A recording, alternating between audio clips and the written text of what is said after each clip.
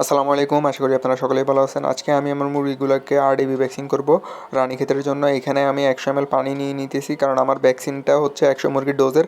এই ভ্যাকসিনটার নাম হচ্ছে আরডিবি ভ্যাকসিন। এটা সরকারি পশু হসপিটালে পাওয়া যায়, আমি ওইখান থেকেই কালেক্ট করছি। তো 100 ml পানির সাথে মিক্স করে এটা থেকে 1 ml করে একটা মুরগিকে দিতে হবে। এই ভ্যাকসিনটা 2 মাস বয়সের নিচের মুরগিগুলোকে করা যাবে না। এই ভ্যাকসিনটা করতে হলে অবশ্যই মুরগির বয়স 2 মাস হতে হবে। 2 মাস বয়স থেকে শুরু করে যে কোনো বয়সের মুরগিকে এই ভ্যাকসিনটা করা যাবে। আমি সবসময় চেষ্টা করি আমার মুরগিগুলোকে সঠিক সময় সঠিক ভ্যাকসিনেশন কমপ্লিট করে রাখার জন্য। আমি ভ্যাকসিন করার জন্য যে সিরিজটা ব্যবহার করব, সিরিজের যে সুইটা থাকে, সুইয়ের উপরে যে ক্যাপটা আমি 1/2 ইঞ্চির মতো কেটে নিছি, কারণ ভ্যাকসিনটা মুরগির মাংসের মধ্যে ফুস করতে হবে। এখন দেখা যায় মুরগিগুলোকে ভ্যাকসিন করার সময় মুরগিগুলো লাফালাফি করে, এতে করে দেখা যায় মুরগির হাড়ের মধ্যে সুইয়ের আঘাত লাগতে পারে। আর যদি হাড়ে সুইয়ের আঘাত লেগে যায়, এতে করে মুরগির ক্ষতি হতে পারে, যার কারণে আমি এরকমভাবে করে নিছি। প্রথমে আমার যে দেশি মুরগিগুলো আছে ওইগুলোকে দিয়ে দিতেছি। একটা মুরগিকে ভ্যাকসিন দেওয়া কমপ্লিট, এখন আরও একটা মুরগিকে ধরে নিলাম। ভ্যাকসিন দিতে যেহেতু আমাদের মোটামুটি ভালো একটা সময় লেগে যায়, তো আমরা সব সময় চেষ্টা করি যাতে করে ভ্যাকসিনের পানিটা নর্মাল টেম্পারেচারে না আসে।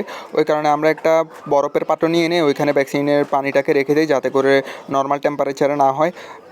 আমি সবসময় চেষ্টা করি মুরগিগুলোকে সঠিক নিয়ম মেনে ভ্যাকসিন করতে, কারণ এক এক সময় দেখা যায় আমরা ভ্যাকসিন করানোর পরও ওই ভ্যাকসিনটা ফেল হয়ে যায়। তারপরে দেখা যায় মুরগিগুলো ভাইরাসের বিরুদ্ধে কোনো কাজ করে না। আমার আগের একটা ভ্যাকসিন করার ভিডিওতে একজনের কমেন্ট করছিল যে ভাইয়া, ভ্যাকসিন করলে কি মুরগি অসুস্থ হয় না?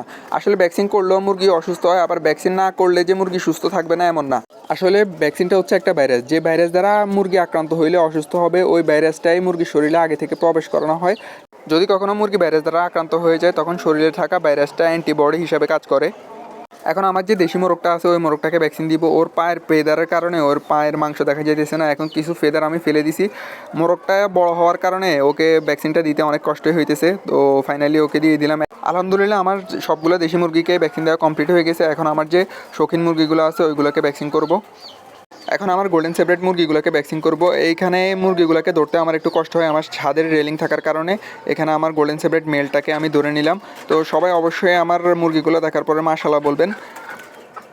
মেলটাকে ভ্যাকসিন দেওয়া কমপ্লিট। এখন আমার যে বাকি ফিমেলগুলো আছে ওই ফিমেলগুলোকে একটা একটা করে দিয়ে দিব।